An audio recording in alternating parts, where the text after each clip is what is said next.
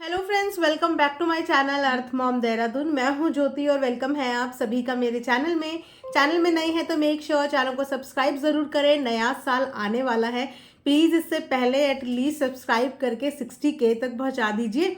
उसके बाद नए साल में हम लोग एक नया टारगेट सेट करेंगे। वीडियो को देखने के बाद लाइक भी करो और कमेंट सेक्शन में कमेंट करके ज़रूर बताना। सो दोस्तों, आज का रिएक्शन वीडियो उसी टॉपिक पे होने वाला है जिसके लिए आप लोग रात से बहुत सारे मैसेज कर रहे हैं। हवाओं में जो चीज़ें चल रही हैं उसी से रिलेटेड हम भी अपना एक पॉइंट ऑफ व्यू यहाँ पे शेयर करेंगे।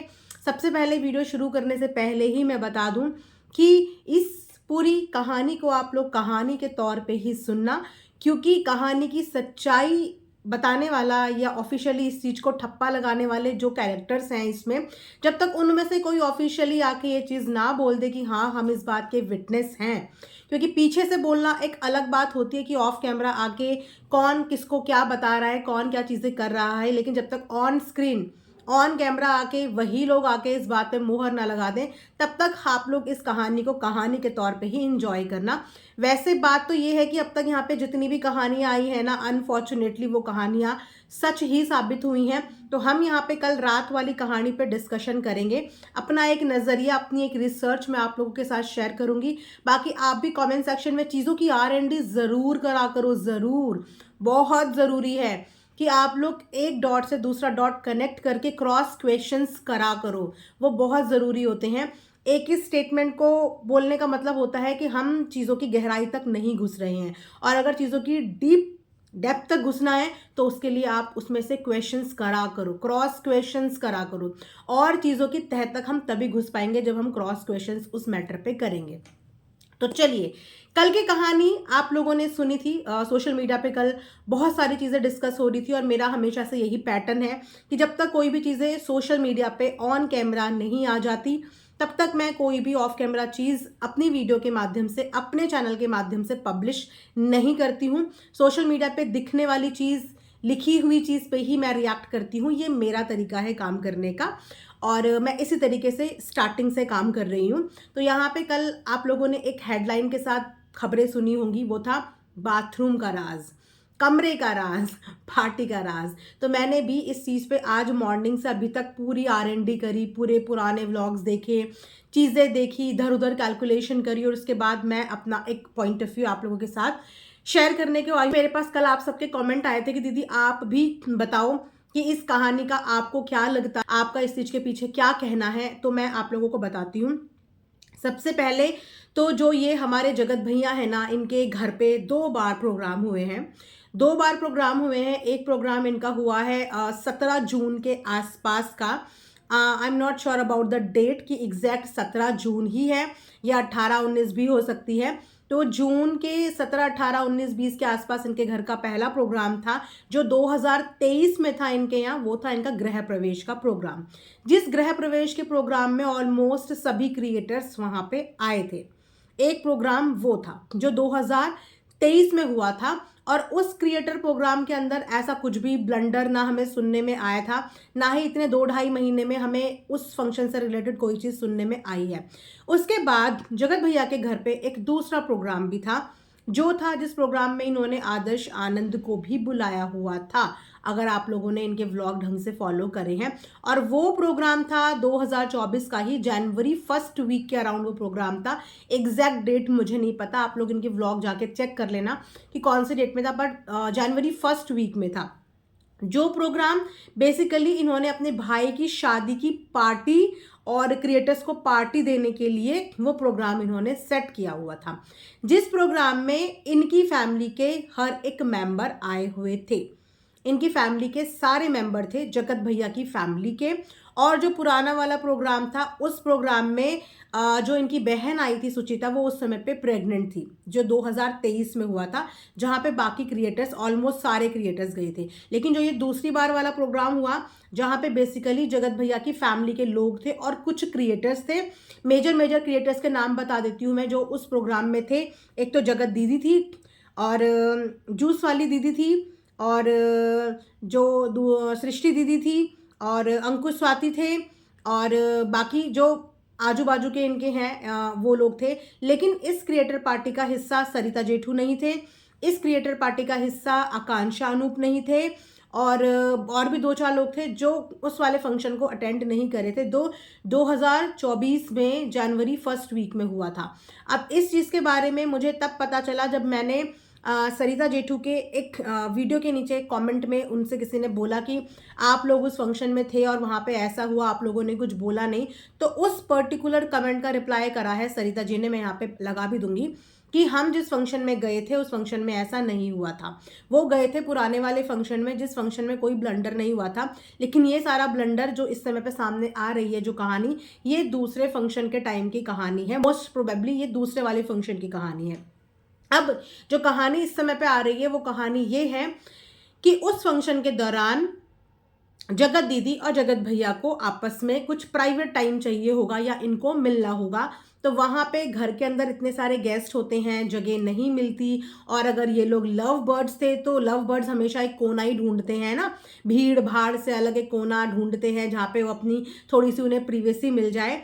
तो वही प्रिवेसी के लिए इन्होंने जो चुना इनके घर का, वो आई थिंक बाथरूम एरिया चुना। और आपने इनका बाथरूम देखा ही है, खूब लंबा चौड़ा बड़ा सा है। तो वो एरिया चुना जिस एरिया के बाहर इन्होंने जो अपने प्रोटेक्शन के लिए, गार्डिंग के लिए जो रखा, वो गार्ड थी जूस वाली दीदी। ठीक है, अब आप इस चीज़ से रिलेट करना कि जो जगत भाभी हैं, जिस समय पे जूस वाली दीदी और इनके पति का कंट्रोवर्सी हुआ था अभी थोड़े दिन पहले, तो उस समय पे जगत भाभी आके जूस वाली दीदी को भी बैश आउट कर रही थी कि तुमने भी मुझे बहुत धोखा दिया, तुमने भी मुझे बहुत ज़्यादा हर्ट किया, तुमने हर बार गलत इंसान का साथ दिया और मुझे हर बार झूठा प्रूफ करा, मेरे को हमेशा तुमने डांटा। ये सारी बातें जगत भाभी रोते हुए बता रही थी, है ना। तो उस समय पे बाहर जो गार्ड कर रही थी इन दोनों को, वो थी जूस वाली दीदी। इतने में अपने पति को ढूंढते हुए जगत भाभी जी आती हैं कि कहाँ हैं कहाँ हैं। तो ये जो दीदी हैं, जूस वाली दीदी, तो ये जगत भाभी को बोलती हैं कि तूने सुबह से कुछ खाने के लिए नहीं बनाया, सब लोग भूखे हैं, वो जो है वो समोसा कुछ लेने के लिए गए हैं, कचौड़ी जाने क्या, तो वो लेने के लिए गया है। तो उसने बोला अच्छा।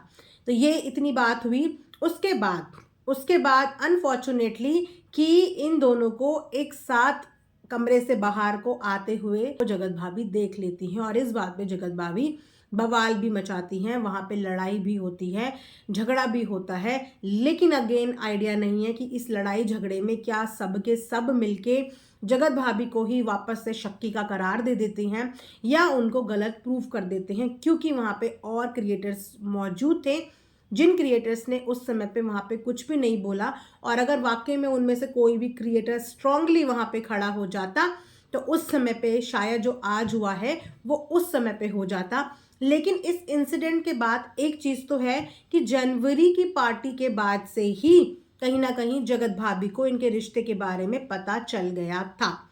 वो अलग बात है कि उनके साथ के क्रिएटर जो इस बात के विटनेस थे उनमें से आके किसी ने वहाँ पे स्टैंड नहीं लिया। तो क्यों नहीं लिया? अगर ये सब चीज़ें उनके सामने हुई थी तो इतनी कंट्रोवर्सी सिचुएशन के दौरान भी किसी ने भी उस दिन का जिक्र क्यों नहीं किया, उस दिन के बारे में क्यों नहीं बोला? सबने आके अपनी वीडियो में यही बोला कि हमें शक था। लेकिन अगर पार्टी के दौरान एक इतनी बड़ी इंसिडेंट इन लोगों ने विटनेस किया था तो ये तो शक वाली बात ही नहीं है, शक की गुंजाइश है ही नहीं। अगर आप किसी को प्राइवेट रूम से बाहर आते हुए देख रहे हो और उसकी वाइफ ने इस बात का मुद्दा बना दिया तो ये तो शक की गुंजाइश नहीं, इसको तो रंगे हाथों पकड़ना बोलते हैं, रंगे हाथों पकड़ना। अब इन लोगों ने मौजूदा गेस्ट के साथ क्या मैनिपुलेशन करी, या लोग मैनिपुलेशन में आ गए या डर के मारे कुछ नहीं बोल पाए, कुछ नहीं कहा, लेकिन वहां पे भी कहीं ना कहीं लगता है कि जगत भाभी को ही गलत साबित कर दिया गया था। और शायद यही रीजन है कि जगत भाभी जूस वाली दीदी के ऊपर भी बहुत ज्यादा नाराज हो गई थी। तो ये बाथरूम की कहानी वो वाले फंक्शन से रिलेटेड कहानी है। अभी इस कहानी के अंदर कितनी सत्य घटना है, इस घटना के बारे में देखिए वही लोग आके एग्जैक्टली बता सकते हैं जो या तो उस पार्टी में मौजूद थे, जिन्होंने ये चीज विटनेस करी थी, या तो जगत भाभी बता सकती हैं या तो जूस वाली दीदी बता सकती हैं। जगत दीदी और जगत भैया तो झूठे नंबर 1 हैं, इनकी तो किसी बात पे भरोसा नहीं किया जा सकता। लेकिन अगर उस पार्टी में बाकी के क्रिएटर्स के अंदर ज़मीर है और अब बाकी है तो वो ज़रूर आके इस बारे में डंके की चोट पे आके अपना वर्जन बता सकते हैं कि इस कहानी में कितनी सत्य चीज़ें हैं। क्योंकि अगर ये चीज़ें सोशल मीडिया पे रिएक्शंस के माध्यम से आई हैं तो रिएक्शन वालों को भी रात में सोते हुए सपने नहीं आते हैं। डेफिनेटली उनको कोई ये कहानी कोई टिप दे के जाता है, और टिप देने वाला हमेशा कोई अंदर का ही बंदा होता है जिसको इन चीज़ों के बारे में पता होता है। वो अपनी मर्जी से मनगढ़ंत कहानियां नहीं सुनाते। तो कहानी का सोर्स जो है, जो मैं ये बोलूं कि अगर आप ऑफ कैमरा चीज़ें बांट सकते हो तो अपने अंदर इतना कलेजा लेके आओ, अपने अंदर इतनी हिम्मत लेके आओ कि आगे आके इस चीज़ के बारे में बताओ कि मैं वो इंसान था या थी, मेरी आंखों के सामने ये हुआ था, मेरी आंखों के सामने मनीषा को झूठा साबित कर दिया था, या मेरी आंखों के सामने ये सब चीज़ें हुई थी और जगत भाभी को जनवरी से इस रिश्ते के बारे में पता चल गया था। क्योंकि ये इंसिडेंट तो रंगे हाथों पकड़ने वाला होता है, इसमें शक की कोई गुंजाइश नहीं होती है बिल्कुल भी। तो ये चल रही हैं हवाओं में इस समय पे बहुत सारी कहानियां, जहां पे मेरे सवाल हैं, उन मौजूदा क्रिएटर से भी सवाल हैं, जगत भाभी से भी सवाल हैं, जूस वाली दीदी से भी सवाल हैं, और इन सारे लोगों से मेरे सवाल हैं। मैं अपने सवाल यहाँ पे खड़े करती हूँ। सबसे पहली बात कि अगर जगत भाभी को जनवरी की पार्टी में ही उन्होंने इनको इस तरीके से रंगे हाथों पकड़ लिया था तो शक नहीं, आपको जनवरी में ही इस बात का यकीन हो जाना चाहिए था कि आपका पति एक गलत रिश्ते में इन्वॉल्व है, और उसी समय पे आपको अपनी बुलंद आवाज़ खड़ी कर देनी चाहिए थी। क्योंकि इससे बड़ा रंगे हाथों पकड़ने वाला सबूत होता ही नहीं है। और अब 2-2.5 महीने पहले भी ये जब आई हैं तो इन्होंने एक ही बात बोली कि मुझे शक था, मुझे शक था। मतलब 2-2.5 महीने पहले तक भी इन्हें शक था, जबकि जनवरी में ये चीज़ें इनकी आंखों के सामने हो चुकी थी, अगर कि इस कहानी में सच्चाई है तो। दूसरा सवाल मेरा जूस वाली दीदी के साथ है कि जूस वाली दीदी ने आके अपने लिए स्टैंड लिया, बहुत सारी चीज़ें बोली, लेकिन जूस वाली दीदी ने एक भी चीज़ में ये सच्चाई नहीं बताई कि क्या वो इनकी मुलाकातों में इनकी मदद करती थी, क्या वो इन दोनों की मुलाकात में चीज़ों को गार्ड करती थी, मनीषा को झूठा बोलती थी, मनीषा को कहानियाँ सुनाती थी। उन्होंने अभी तक अपनी किसी भी वीडियो में इस बात को एक्सेप्ट नहीं किया और इस बात की सच्चाई नहीं बताई। उन्होंने सिर्फ उतने एलिगेशंस का जवाब दिया है जो जगत भैया ने जूस वाली दीदी के ऊपर लगाया था, लेकिन जूस वाली दीदी ने ये नहीं बताया कि क्या वो सच में इनकी मीटिंग करवाती थी, झूठ बोल के कहानियाँ बनाती थी, बार बार जगत भाभी को वो भी शक्की बीवी, शक्की लड़की की कैटेगरी में रखती थी, और वाकई में क्या डांट फटकार के वो भी उसको अपनी छोटी उंगली पे नचाती थी। ये बात का अभी तक कोई जवाब जूस वाली दीदी ने भी नहीं दिया है, तो ये सवाल जूस वाली दीदी से भी बनता है।